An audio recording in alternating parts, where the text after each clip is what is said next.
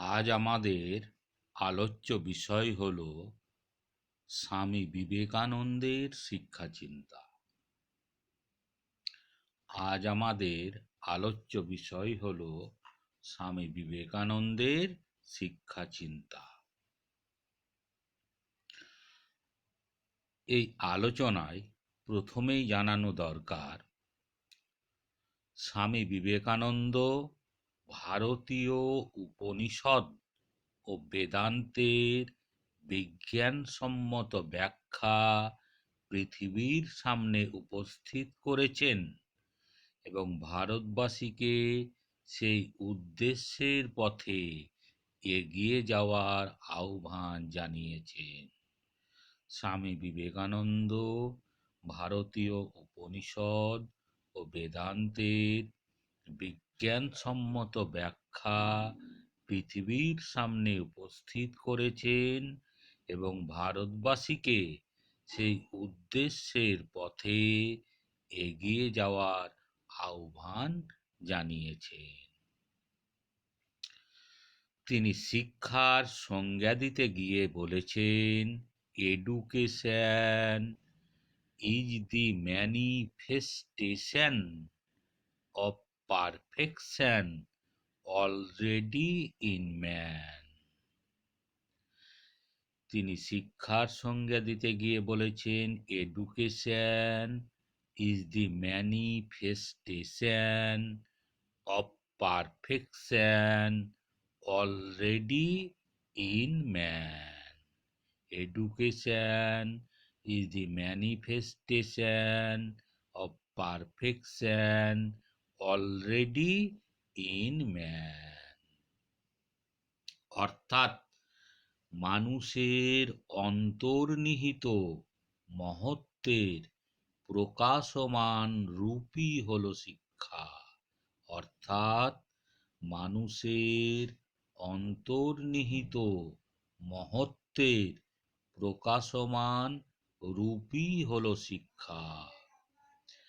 তার মতে মানুষের মনই বিশ্ব প্রকৃতির সকল রকম জ্ঞানের ভাণ্ডার। তার মতে মানুষের মনই বিশ্ব প্রকৃতির সকল রকম জ্ঞানের ভাণ্ডার। যেখানে সকল রকম জ্ঞান সঞ্চিত থাকে, সেখানেই সকল রকম জ্ঞান সঞ্চিত থাকে। জ্ঞান বাইরে থেকে আরোপিত কিছু ব্যাপার নয়। মানুষ যখন তার নিজের মনের উপরকার আবরণ সরিয়ে দিতে পারে, তখনই তার আত্মজ্ঞান বা প্রকৃত জ্ঞান লাভ হয় বা সাধারণ অর্থে শিক্ষা হয়।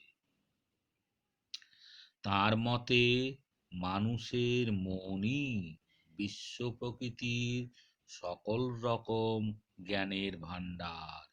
সেখানেই সকল রকম জ্ঞান সঞ্চিত থাকে। জ্ঞান বাইরে থেকে আরোপিত কিছু ব্যাপার নয়। মানুষ যখন তার নিজের মনের উপরকার আবরণ সরিয়ে দিতে পারে, তখনই তার আত্মজ্ঞান বা প্রকৃত জ্ঞান লাভ হয় বা সাধারণ অর্থে শিক্ষা হয়। তিনি একটি সুন্দর উদাহরণের মাধ্যমে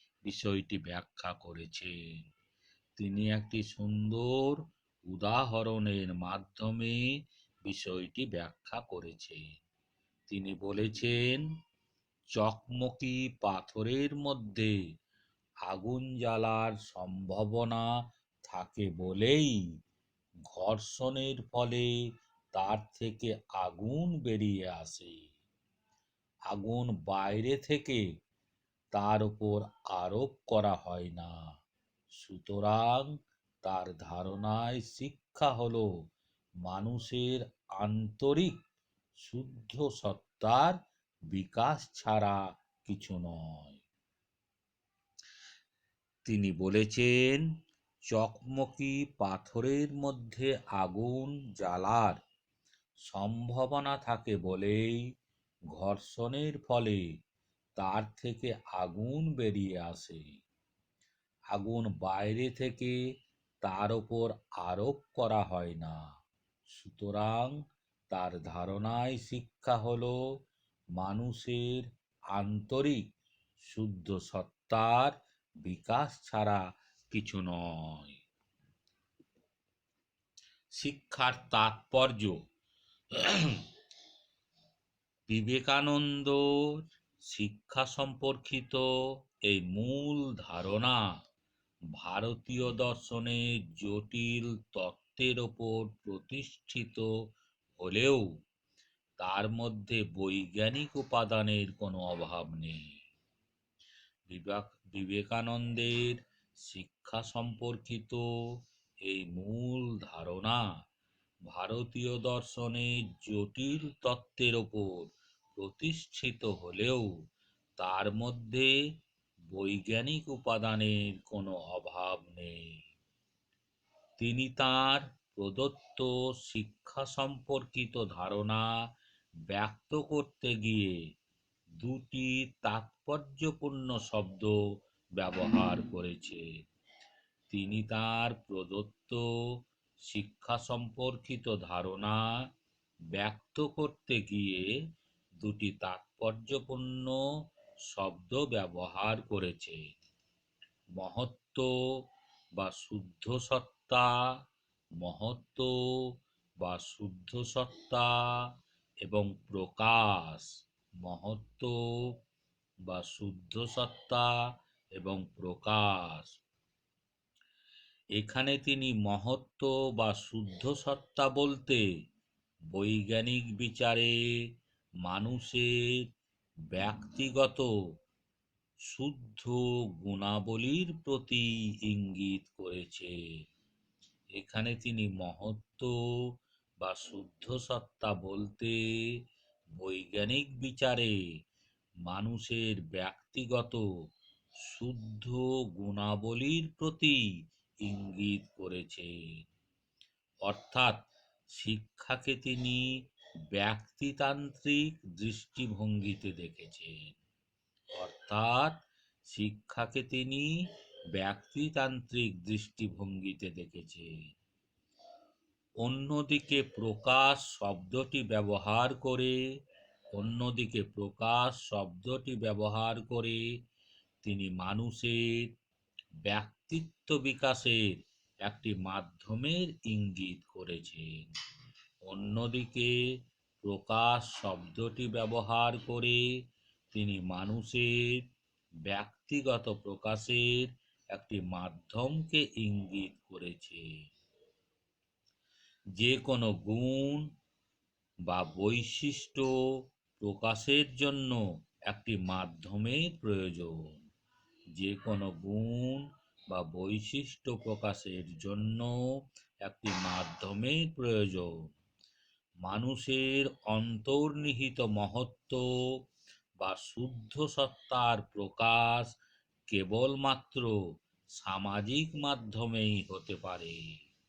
মানুষের অন্তর্নিহিত মহত্ব বা শুদ্ধ সত্তার প্রকাশ কেবলমাত্র সামাজিক মাধ্যমেই হতে পারে, কারণ একমাত্র মনুষ্য সমাজই ব্যক্তির মহত্বকে উপলব্ধি করতে পারে। একমাত্র মনুষ্য সমাজই ব্যক্তির মহত্বকে উপলব্ধি করতে পারে। অর্থাৎ বিবেকানন্দ তার সংজ্ঞায় প্রকাশ শব্দটি ব্যবহার করে শিক্ষার সামাজিক তাৎপর্যকে ব্যক্ত করতে চেয়েছে। বিবেকানন্দ তার সংজ্ঞায় প্রকাশ শব্দটি ব্যবহার করে শিক্ষার সামাজিক তাৎপর্যকে ব্যক্ত করতে চেয়েছেন। তাই বলা যায় বিবেকানন্দ আধুনিক শিক্ষাবিজ্ঞানীদের মতোই তাই বলা যায় বিবেকানন্দ আধুনিক শিক্ষাবিজ্ঞানীদের মতোই তার শিক্ষা চিন্তায় ব্যক্তিতান্ত্রিক ও সমাজতান্ত্রিক মতবাদের মধ্যে সমন্বয় সাধন করতে পেরেছিলেন। বিবেকানন্দ তার শিক্ষা চিন্তায় ব্যক্তিতান্ত্রিক ও সমাজতান্ত্রিক মতবাদের মধ্যে সমন্বয় সাধন করতে পেরেছিলেন। শিক্ষার লক্ষ্য: শিক্ষাকে সমন্বয়ী তাৎপর্যে গ্রহণ করায় বিবেকানন্দের শিক্ষা চিন্তার সমস্ত দিকেই সেই সমন্বয়ের প্রভাব পড়েছিল। শিক্ষাকে সমন্বয়ী তাৎপর্য গ্রহণ করায় বিবেকানন্দের শিক্ষা চিন্তার সমস্ত দিকেই সেই সমন্বয়ের প্রভাব পড়েছিল। শিক্ষার লক্ষ্য স্থির করতে গিয়ে তিনি মানুষের আধ্যাত্মিক চেতনার সঙ্গে সামাজিক চেতনার সমন্বয় সাধন করেছেন। শিক্ষার লক্ষ্য স্থির করতে গিয়ে তিনি মানুষের আধ্যাত্মিক চেতনার সঙ্গে সামাজিক চেতনার সমন্বয় সাধন করেছেন। তিনি বলেছেন, শিক্ষার লক্ষ্য হবে মানুষ তৈরি করা। তিনি বলেছেন, শিক্ষার লক্ষ্য হবে মানুষ তৈরি করা। তিনি মনে করেন, শিক্ষার্থীর মনের মধ্যে জোর করে দুষ্প্রাচ্য জ্ঞান ঢুকিয়ে দেওয়া শিক্ষার প্রকৃত লক্ষ্য নয়। শিক্ষার্থীর মনের মধ্যে জোর করে দুষ্প্রাচ্য জ্ঞান ঢুকিয়ে দেওয়া শিক্ষার প্রকৃত লক্ষ্য নয়।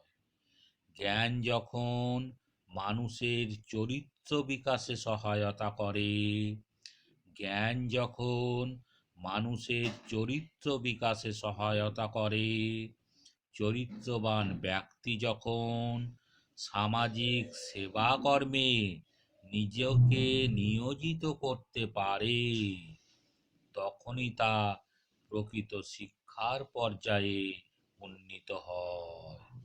জ্ঞান যখন মানুষের চরিত্র বিকাশে সহায়তা করে, চরিত্রবান ব্যক্তি যখন সামাজিক সেবা কর্মে নিজেকে নিয়োজিত করতে পারে, তখনই তা প্রকৃত শিক্ষার পর্যায়ে উন্নীত হয়। অর্থাৎ শিক্ষার প্রকৃত লক্ষ্য হলো শিক্ষার্থীর জীবন গঠন করা, তাকে মনুষ্যত্বের অধিকারী করা এবং চরিত্রবান হিসাবে গড়ে তোলা। শিক্ষার্থীর জীবন গঠন করা, তাকে মনুষ্যত্বের অধিকারী করা এবং চরিত্রবান হিসাবে গড়ে তোলা। শিক্ষার্থী প্রকৃত মনুষ্যত্বের অধিকারী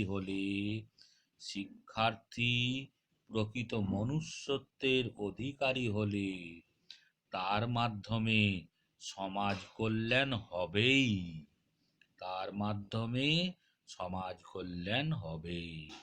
শিক্ষার্থী প্রকৃত মনুষ্যত্বের অধিকারী হলে তার মাধ্যমে সমাজ কল্যাণ হবে। পাঠক্রম: বিবেকানন্দ তাঁর শিক্ষা চিন্তায় তাত্ত্বিক ধারণার উপর বেশি গুরুত্ব আরোপ করেছেন।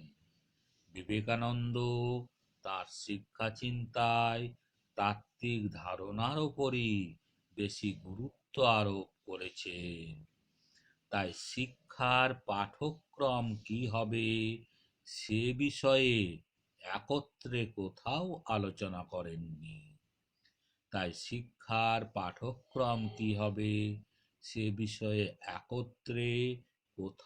আলোচনা করেননি।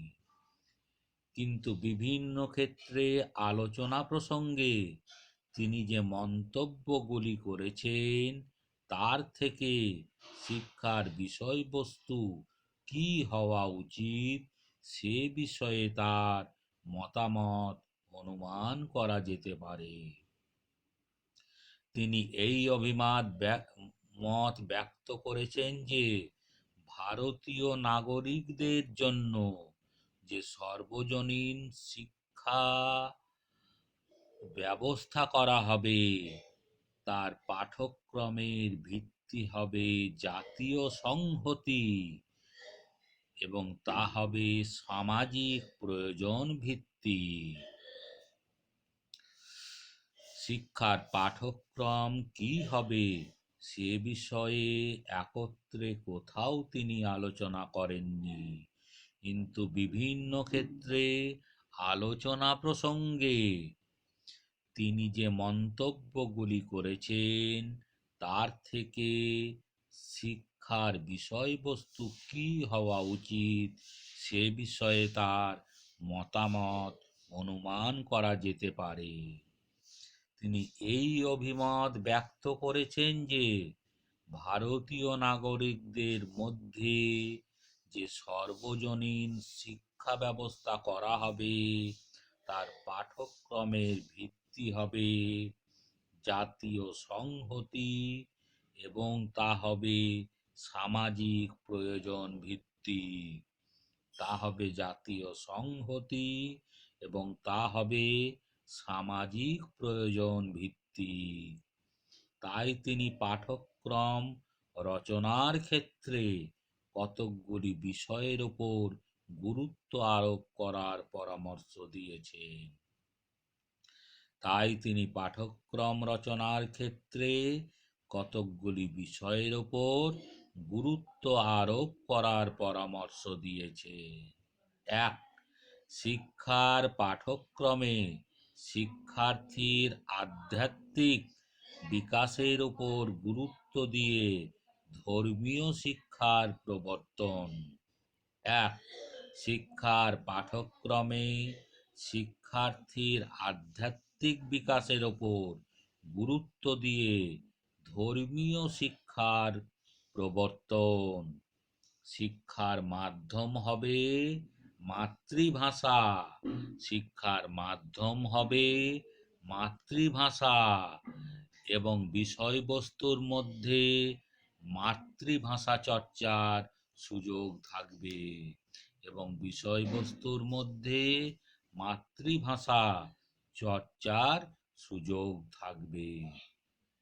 তিন, যেহেতু ভারতীয় চিন্তাধারার মূল বিষয়গুলি সংস্কৃত ভাষায় রচিত, সেহেতু সংস্কৃত শিক্ষার ব্যবস্থা থাকবে পাঠ্যক্রমে। যেহেতু ভারতীয় চিন্তাধারার মূল বিষয়গুলি সংস্কৃত ভাষায় রচিত, সেহেতু সংস্কৃত শিক্ষার ব্যবস্থা থাকবে পাঠ্যক্রমে। চার, শিল্প সম্বন্ধে বিজ্ঞানসম্মত ধারণা দেওয়া হবে, যার মাধ্যমে স্বদেশী শিল্প সমৃদ্ধ হবে। শিল্প সম্বন্ধে বিজ্ঞানসম্মত ধারণা দেওয়া হবে, যার মাধ্যমে স্বদেশী শিল্প সমৃদ্ধ হবে। পাঁচ, ইংরেজি ভাষা ও পাশ্চাত্য বিজ্ঞানের জ্ঞান সম্পর্কে বিবেকানন্দের কোনো গোঁড়ামি ছিল না। তাই তিনি শিক্ষার পাঠ্যক্রমে আধুনিক বিজ্ঞান অন্তর্ভুক্ত করার পরামর্শ দিয়েছেন। ইংরেজি ভাষা ও পাশ্চাত্য বিজ্ঞানের জ্ঞান সম্পর্কে বিবেকানন্দের কোনো গোঁড়ামি ছিল না। তাই তিনি শিক্ষার পাঠ্যক্রমে আধুনিক বিজ্ঞান অন্তর্ভুক্ত করার পরামর্শ দিয়েছেন। আধুনিক বিজ্ঞান অন্তর্ভুক্ত করার পরামর্শ দিয়েছেন। ছয়, এছাড়া ইতিহাস, ভূগোল ইত্যাদির মতো প্রথাগত বিষয়গুলিকেও পাঠ্যক্রমে অন্তর্ভুক্ত করার পরামর্শ দিয়েছেন। এছাড়া ইতিহাস, ভূগোল ইত্যাদি প্রথাগত বিষয়গুলিকেও পাঠ্যক্রমের অন্তর্ভুক্ত করার পরামর্শ দিয়েছেন। বিবেকানন্দ শিক্ষার পাঠ্যক্রমকে এমনভাবে সংগঠিত করার কথা বলেছেন যাতে প্রত্যেক শিক্ষিত নাগরিক ভারতীয় প্রাচীন আদর্শে অনুপ্রাণিত হয় এবং একই সঙ্গে আধুনিক বিজ্ঞানের তথ্যাবলী সম্পর্কে জ্ঞাত হয়ে পাশ্চাত্য দেশের নাগরিকদের মতো সমান কর্মদক্ষতার অধিকারী হয়। বিবেকানন্দ শিক্ষার পাঠ্যক্রমকে এমনভাবে সংগঠিত করার কথা বলেছেন যাতে ভারতীয় প্রাচীন প্রত্যেক শিক্ষিত নাগরিক ভারতীয় প্রাচীন আদর্শে অনুপ্রাণিত হয় এবং একই সঙ্গে আধুনিক বিজ্ঞানের তথ্যাবলী সম্পর্কে জ্ঞাত হয়ে পাশ্চাত্য দেশের নাগরিকদের মতো সমান কর্মদক্ষতার অধিকারী হয়। শিক্ষার পদ্ধতি। বিবেকানন্দ শিক্ষার কৌশল ও শিক্ষণ পদ্ধতি হিসাবে স্বয়ং শিক্ষার ওপর গুরুত্ব আরোপ করেছেন।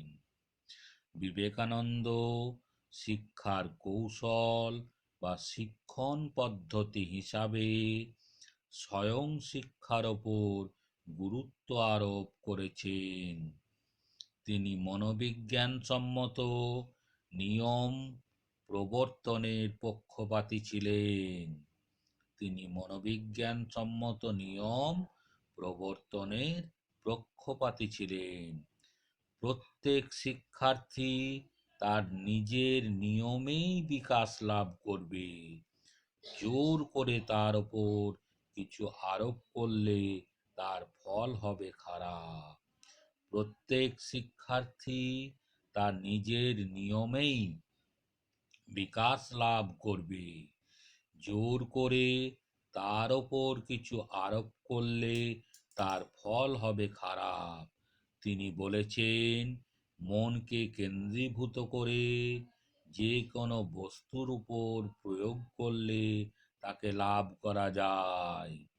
অর্থাৎ মনের কেন্দ্রায়নী মনের কেন্দ্রায়নী মনের কেন্দ্রায়নী মনের কেন্দ্রায়নী হবে শিক্ষার একমাত্র কৌশল। তিনি বলেছেন, মনকে কেন্দ্রীভূত করে যে কোনো বস্তুর উপর প্রয়োগ করলে তাকে লাভ করা যায়। অর্থাৎ মনের কেন্দ্রায়নী হবে শিক্ষার একমাত্র কৌশল। কেন্দ্রায়নী হবে শিক্ষার একমাত্র কৌশল। তিনি এই প্রসঙ্গে বলেছেন, মনকে কেন্দ্রীভূত করার জন্য যে শক্তির দরকার তা শিক্ষার্থীদের মধ্যে আসবে ব্রহ্মচর্য পালনের মধ্য দিয়ে। মনকে কেন্দ্রীভূত করার জন্য যে শক্তির দরকার তার শিক্ষার্থীদের আসবে ব্রহ্মচর্য পালনের মধ্য দিয়ে।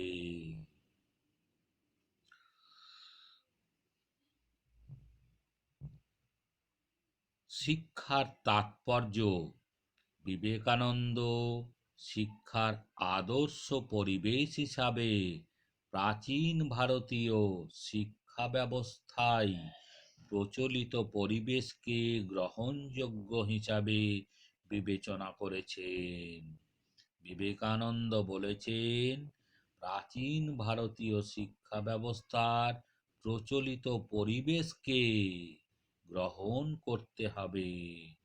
তিনি বলেছেন, শিক্ষার কাজ হবে গুরুগৃহে, অর্থাৎ গুরুগৃহে বসবাসকালে শিক্ষার্থী গুরুর জীবনাদর্শ দ্বারা প্রভাবিত হয়ে শিক্ষা গ্রহণ করবে। বিবেকানন্দ শিক্ষার আদর্শ পরিবেশ হিসাবে প্রাচীন ভারতীয় শিক্ষা ব্যবস্থার প্রচলিত পরিবেশকে গ্রহণযোগ্য হিসাবে বিবেচনা করেছেন। তিনি বলেছেন, শিক্ষার কাজ হবে গুরুগৃহে, অর্থাৎ গুরুগৃহে বসবাসকালে শিক্ষার্থী গুরুর জীবনাদর্শ দ্বারা প্রভাবিত হয়ে শিক্ষা গ্রহণ করবে। এই কারণে তিনি শিক্ষকের উন্নত চারিত্রিক বৈশিষ্ট্যের অধিকারী হওয়ার ওপর গুরুত্ব আরোপ করেছেন। এই কারণে তিনি শিক্ষকের উন্নত চারিত্রিক বৈশিষ্ট্যের অধিকারী হওয়ার ওপর গুরুত্ব আরোপ করেছেন। তিনি বলেছেন, আগুন যেমন সবকিছুকে গ্লানিমুক্ত করে, আগুন যেমন সবকিছুকে গ্লানিমুক্ত করে, তেমনি গুরুর বা শিক্ষকের ব্যক্তিত্ব ও চরিত্রের প্রভাব তেমনি গুরুর বা শিক্ষকের ব্যক্তিত্ব ও চরিত্রের প্রভাব শিক্ষার্থীর মধ্যেকার সব সংকীর্ণতাকে দূর করতে পারে। অর্থাৎ শিক্ষকের চরিত্র হবে জ্বলন্ত অগ্নিপিণ্ডের মতো। তিনি শিক্ষকের উন্নত চারিত্রিক বৈশিষ্ট্যের অধিকারী হওয়ার ওপর গুরুত্ব আরোপ করেছেন। তিনি বলেছেন, আগুন যেমন সব কিছুকে গ্লানিমুক্ত করে, তেমনি গুরুর বা শিক্ষকের ব্যক্তিত্ব ও চরিত্রের প্রভাব শিক্ষার্থীর মধ্যেকার সব সংকীর্ণতাকে দূর করতে পারে। অর্থাৎ শিক্ষকের চরিত্র হবে জ্বলন্ত অগ্নিপিণ্ডের মতো। গণশিক্ষা। বিবেকানন্দ তার সমকালীন সমাজ ব্যবস্থার মূল ত্রুটিগুলি স্পষ্টভাবে নির্ধারণ করতে সক্ষম হয়েছিলেন। স্বামী বিবেকানন্দ তার সমকালীন সমাজ ব্যবস্থার মূল ত্রুটিগুলি স্পষ্টভাবে নির্ধারণ করতে সক্ষম হয়েছিলেন। তাই তিনি শিক্ষাকে সামাজিক সকল রকম কুসংস্কার দূরীকরণের এবং বর্ণভিত্তিক সমাজের সকল সংকীর্ণতা থেকে মুক্ত করার হাতিয়ার হিসাবে ব্যবহার করার পরামর্শ দিয়েছেন। তাই তিনি শিক্ষাকে সামাজিক সকল রকম কুসংস্কার দূরীকরণের এবং বর্ণভিত্তিক সমাজকে সকল সংকীর্ণতা থেকে মুক্ত করার হাতিয়ার হিসাবে ব্যবহার করার পরামর্শ দিয়েছেন। আর্থ সামাজিক কাঠামোর মধ্যে এক শ্রেণীর মানুষ শিক্ষার সুযোগ সুবিধা ভোগ করতে পারছেন এবং অন্যেরা বঞ্চিত হচ্ছে। তিনি এই অসাম্য দূর করতে চেয়েছিলেন। শিক্ষাক্ষেত্রে এই অসাম্য দূর করার আহ্বান জানিয়ে তিনি দেশবাসীর উদ্দেশ্যে বলেছেন, জাতি ধর্ম নির্বিশেষে সবল দুর্বল বিচার না করিয়াও শোনাও ও শেখাও যে সকল মহৎ হইতে পারে, সকলে সাধু হইতে পারে। অর্থাৎ তার শিক্ষায় সমসুযোগের প্রবক্তা বলা যায়, অর্থাৎ তাকে শিক্ষায় সমসুযোগের প্রবক্তা বলা যায়। আর্থসামাজিক কাঠামোর মধ্যে এক শ্রেণীর মানুষ শিক্ষার সুযোগ সুবিধা ভোগ করতে পারছেন আর অন্যরা বঞ্চিত হচ্ছেন। তিনি এই অসাম্য দূর করতে চেয়েছিলেন। শিক্ষাক্ষেত্রে এই অসাম্য দূর করার আহ্বান জানিয়ে তিনি দেশবাসীর উদ্দেশ্যে বলেছেন, জাতি ধর্ম নির্বিশেষে সবল দুর্বল বিচার না করিয়াও শোনাও ও শেখাও যে সকলে মহৎ হইতে পারে, সকলে সাধু হইতে পারে। আবার বলছি, জাতি ধর্ম নির্বিশেষে সবল দুর্বল বিচার না করিয়াও শোনাও ও শেখাও যে সকলের মহৎ হইতে পারে, সকলে সাধু হইতে পারে। জাতি ধর্ম নির্বিশেষে সবল দুর্বল বিচার না করিয়াও শোনা ও শেখাও শোনাও ও শেখাও যে সকলের মহৎ হইতে পারে, সকলে সাধু হইতে পারে। অর্থাৎ তাকে শিক্ষায় সমসুযোগের প্রবক্তা বলা যায়, তাকে শিক্ষায় সমসুযোগের প্রবক্তা বলা যায়। নারী শিক্ষা। বিবেকানন্দ তার জনশিক্ষা শিক্ষা সংক্রান্ত ধারণায় নারীদের পৃথক করে দেখেননি। বিবেকানন্দ তার জনশিক্ষা সংক্রান্ত ধারণায় নারীদের পৃথকভাবে দেখেননি। তিনি জানতেন যে সমাজে নারীরা মায়েরা অবহেলিত।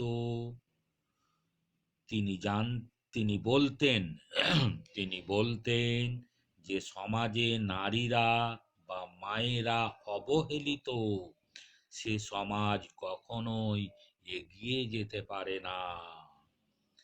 যে সমাজে নারীরা বা মায়েরা অবহেলিত, সে সমাজ কখনোই এগিয়ে যেতে পারে না। পুরুষ নারী উভয়ের শিক্ষিত হওয়া প্রয়োজন। পুরুষ নারী উভয়ের শিক্ষিত হওয়া প্রয়োজন। উভয়ে মিলিতভাবে জাতি গঠনের কাজে অংশগ্রহণ করলে তবেই জাতির উন্নতি সম্ভব, তবেই জাতির উন্নতি সম্ভব। আর নারীদের স্বাধীন মতামত ব্যক্ত করার মানসিকতা গড়ে তোলার জন্য চাই শিক্ষা। নারীদের স্বাধীন মতামত ব্যক্ত করার মানসিকতা গড়ে তোলার জন্য চাই শিক্ষা। শিক্ষিত নারী আদর্শ জননীতে রূপান্তরিত হয়ে নিজের সন্তানদের আদর্শ জীবনযাপন জীবন দান করতে পারেন। শিক্ষিতা নারী আদর্শ জননীতে রূপান্তরিত হয়ে নিজের সন্তানদের আদর্শ জীবন দান করতে পারেন। এই কারণে তিনি নারী শিক্ষার উপর বিশেষ গুরুত্ব আরোপ করার পরামর্শ দিয়েছেন। এই জন্য তিনি নারী শিক্ষার উপর বিশেষভাবে গুরুত্ব আরোপ করার পরামর্শ দিয়েছেন।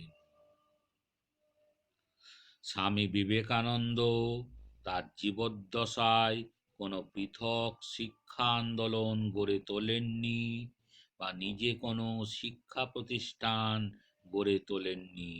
স্বামী বিবেকানন্দ তার জীবদ্দশায় কোনো পৃথক শিক্ষা আন্দোলন গড়ে তোলেননি বা নিজে কোনো শিক্ষা প্রতিষ্ঠান গড়ে তোলেননি। তিনি বৈদান্তিক সন্ন্যাসী হিসাবেই দেশবাসীর কাছে বিশেষভাবে পরিচিত।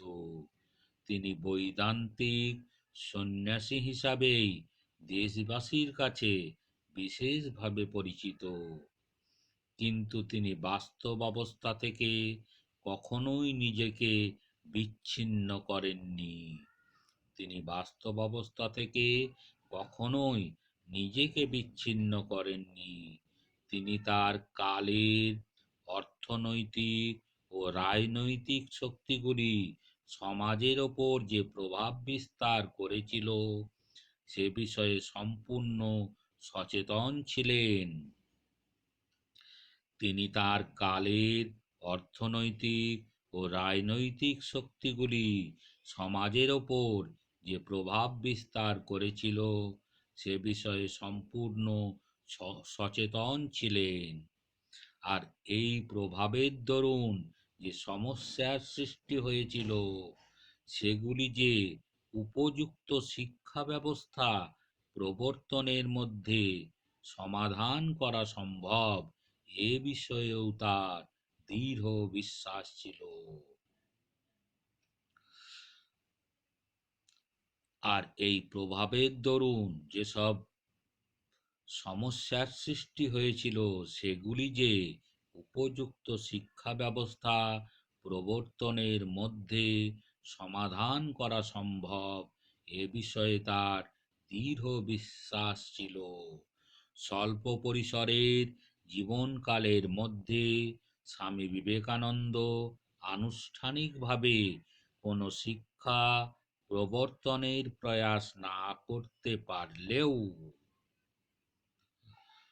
স্বল্প পরিসরের জীবনকালের মধ্যে স্বামী বিবেকানন্দ আনুষ্ঠানিকভাবে কোনো শিক্ষা ব্যবস্থার প্রবর্তনের প্রয়াস না করতে পারলেও 1897 সালে তাঁর প্রতিষ্ঠিত রামকৃষ্ণ মিশনের ওপর দেশবাসীর সেবা করার দায়িত্ব তিনি অর্পণ করে গিয়েছিলেন।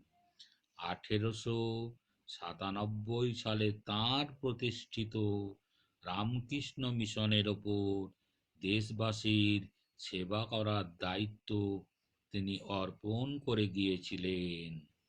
বিগত 1 শতাব্দীরও বেশি সময়কাল ব্যাপী বিগত 1 শতাব্দীরও বেশি সময়কাল ব্যাপী এই মিশন অন্যান্য সেবামূলক কর্মসূচির সঙ্গে সঙ্গে দেশে প্রকৃত শিক্ষা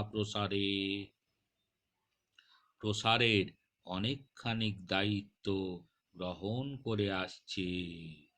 বিগত 1 শতাব্দীরও বেশি সময়কাল ব্যাপী এই মিশন অন্যান্য সেবামূলক কর্মসূচির সঙ্গে দেশের প্রকৃত শিক্ষা প্রসারে অনেকখানি দায়িত্ব গ্রহণ করে আসছে।